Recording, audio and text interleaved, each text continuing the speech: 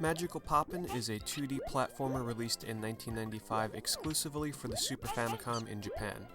With tight controls, crisp and colorful graphics, and one of the catchiest soundtracks I have ever heard in a 16-bit game, as well as non-linear gameplay that just begs to be explored, Magical Poppin' has just about everything going for it.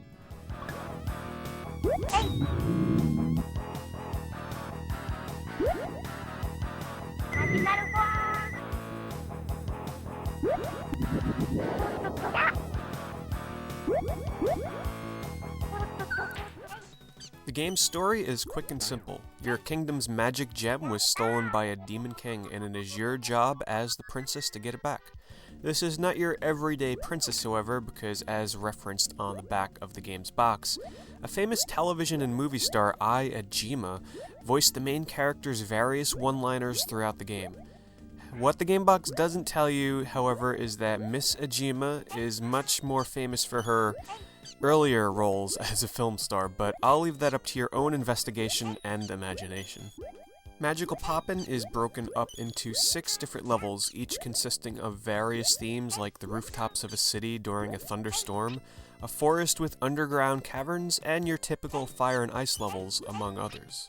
The game often draws comparisons to games like Super Metroid, as the levels offer tons of branching paths and optional doorways that often lead to valuable hidden treasure. While backtracking is necessary, it is often no more than a screen or two, so it is never obtrusive to the fast pace the game sets out to deliver. By progressing through the game, you will also unlock different abilities, one per stage up to level 5. Each ability feels unique and different from the last, and you can use them to open up previously unexplored locations, as well as use them to exploit weaknesses on enemies and bosses. Unlike similar games, you never feel forced into having to use certain abilities, because for the most part, you're free to choose which one you want to use in any given situation, giving the game a lot of choice in the combat department as well.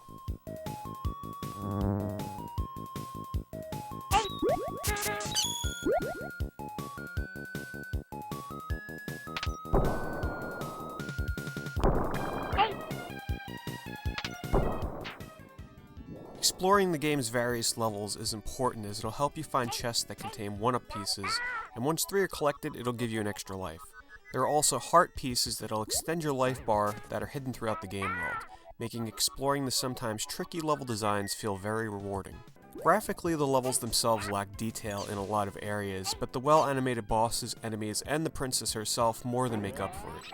That's not to say that the levels are overly bland, but compared to other Super Nintendo games and platformers, Magical Poppin's environments are certainly not the best on the system. Tight controls are always a make or break factor for any platformer, and thankfully Magical Poppin exceeds beyond expectations in this regard. To dispatch your foes, the princess is able to jump, slide, grapple, and attack in all directions. Platforming is never a hindrance, and in later stages when things tend to get very hectic with moving platforms and multiple hazards, you'll be glad that the game controls as well as it does. If I had to find one thing to nitpick though with the controls, it would have to be the mechanic of the game's grappling hook. It doesn't always function as intended for me when I'm trying to jump off of a swing, which can sometimes lead to some aggravating moments.